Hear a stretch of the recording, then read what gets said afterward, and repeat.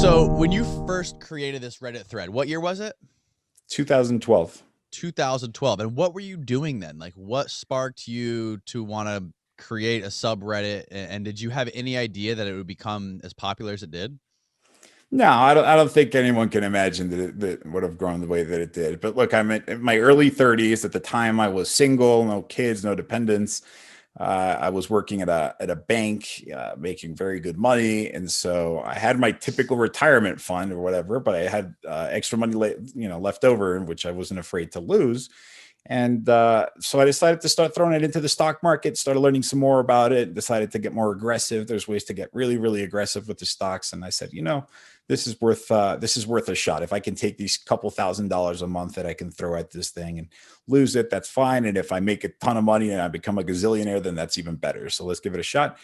And I couldn't find any place that online where people were willing to do that. There's conservative forums where they're like, you have to diversify and you have to put your portfolio into a thing with low commissions. And then you have some real professional day traders that are really technical, and it's a profession, and they're really good at it. And they're the ones that are looking at like the chart patterns and whatnot. But they wake up in the morning, they have this routine, they study the stocks, they read the news. I don't know what they do, but that's their 9 to 5 or whatever. But I was looking for just having fun. Like, I think Netflix is going to go up, or I think Facebook's going to beat expectations with their quarterly. And not finding a place like that, I just created it. And obviously it was a huge demand because it just grew by itself. It doubled every year in size. Yeah. Now, like, so you were just like getting into actively trading stocks. So you were like putting your money in there and you were were you like what you call day trading? Where you like you're buying and selling shit every single day. Like, I don't know fucking shit about stocks. Like, I'm like, yeah, talk to me like I'm a fifth grader when it comes to Yeah, that. so I think it starts off slow, right? It starts off, all right. You see the news and you see, Google's going up a lot because they're going to start creating an Android telephone that's going to compete with the iPhone and blah blah blah. And you're like, all right, cool. I think that's going to make some money. And so you go ahead and you put that money into Google, and then you just kind of watch it, and it doesn't go up as far, and you kind of get a little desperate. You're like, come on, this is supposed to be the Android phone. It's supposed to take over the world. Why is the stock not going up like crazy? So then I take the money out after a couple of days, and then I'd see the stock just shoot up after I got out of that trade. I'm like, all right, let's take a different look. Had I bought the stock at the right moment, that would have done better. There has to be a better technique. And so it starts by, I have a good idea because I like the company, and then realizing, well, shit, like Google has been announcing this Android phone for years. Why would it just go up on a random Tuesday when I decided to invest in it? Right. Well, I guess that makes sense. Just because I found out about it doesn't mean that the stock's going to go up on that particular day. And so that kind of leads me to doing shorter and shorter trades. And so they have something called swing trading. And that's usually something where you buy the stock and you hold it for a couple of days. And then you have day trading, which is you buy the stock and you sell it that same day. And then I discovered stock options, right? So stocks go up and down, and you can pretty much bet if you think they're going to go up, you buy the stock. And if you think it's going to go down, you do something called short sell. But you get a 1-to-1. If you have $100 and the stock goes up 5%, you make $5. Stock options all of a sudden cross my table, and I'm like, oh, wait a second, these things are leveraged, meaning with that same $100, if the stock goes up 5%, I can make 500%. I can make $500. That sounds pretty attractive. And because they swing so violently, you definitely just want to be in there and out really quickly. So I made this little journey, which I'm guessing a lot of people do. Buying stock options, buying like like betting on whether it's going to go up or down, right?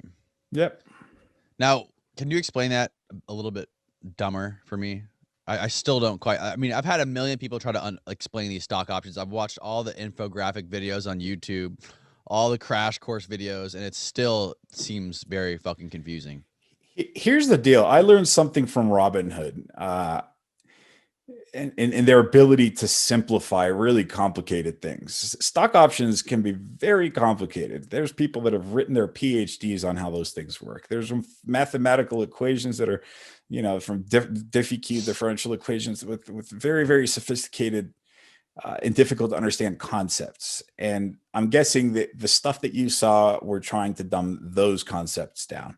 Robinhood does something magical, which is like, well, you think the stock's going to go up, you buy calls. And then Robinhood's cool because you can answer with like an arrow that points up and it's colored green, right? Or if you think the stock's going to go down, you buy the put calls and you answer with the red arrow.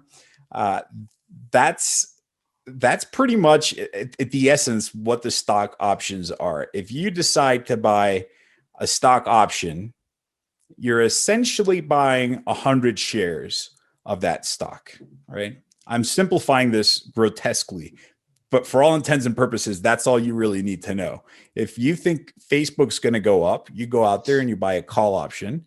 And under various scenarios, if Facebook goes up by $1 because you own 100 shares of it or control 100 shares, it can go up by $100. And this call option, instead of costing the full price of the 100 shares, it costs significantly less.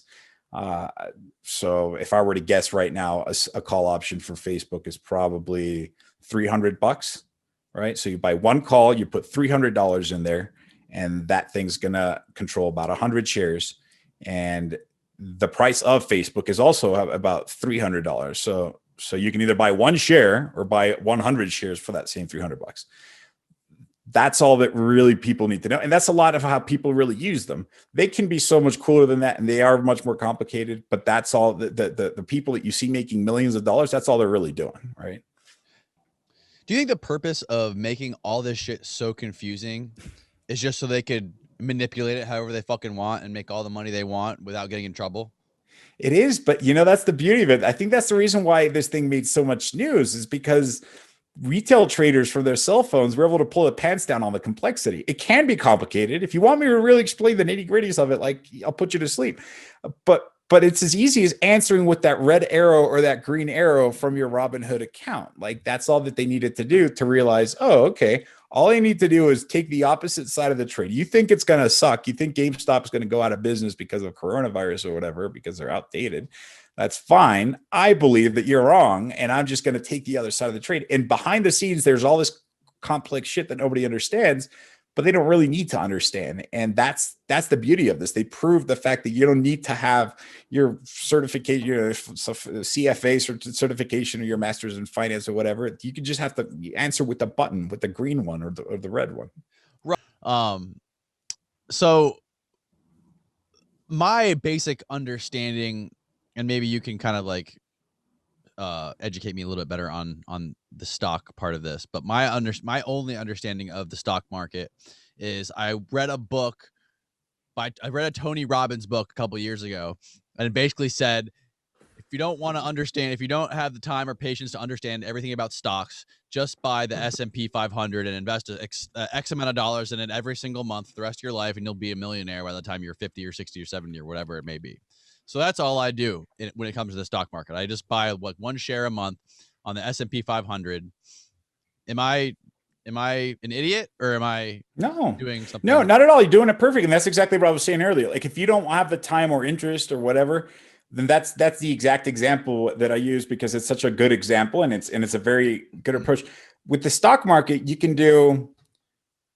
there's a spectrum. You can do crazy YOLO gambling where you do all or nothing bets, and you can quite literally take $1,000 and turn it into $100,000 in one day or in 2 days. And it happens more frequently than you'd imagine.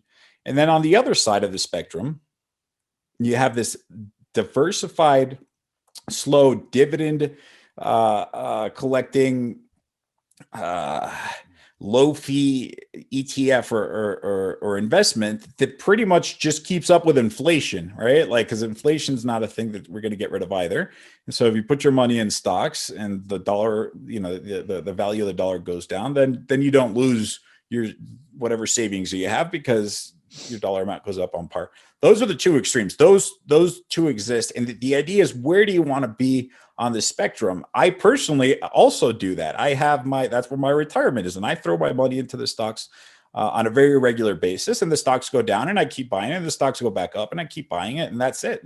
That's how I'm going to retire. But I also like 500.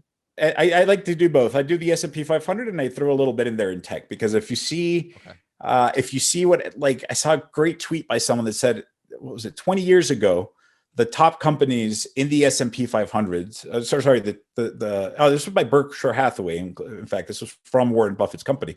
It wasn't in the S&P 500, at least I don't think anymore. It was just like the biggest companies in the world. And there's a list of 20, and you can see like the Bank of Japan, the Bank of this, the Bank of that, this bank, the Sakimura or whatever. And the top 20 companies were almost all banks. And now the biggest companies in the world is Facebook, Apple, Google, Tesla. It's all tech companies. And so there is a kind of a shift that's going towards tech, and those and the fact that you had banks previously take that top spot is mainly because they control a lot of money. Money makes a lot of money, so it makes sense that money, the ones that with a lot of money are at the top. But now tech is getting into the banking industry. They have this whole fintech industry where you can now get credit cards through pretty much all these tech companies, and they're starting to do crypto stuff. And so I lean a little heavier towards the tech. So I have both the NASDAQ and the S&P.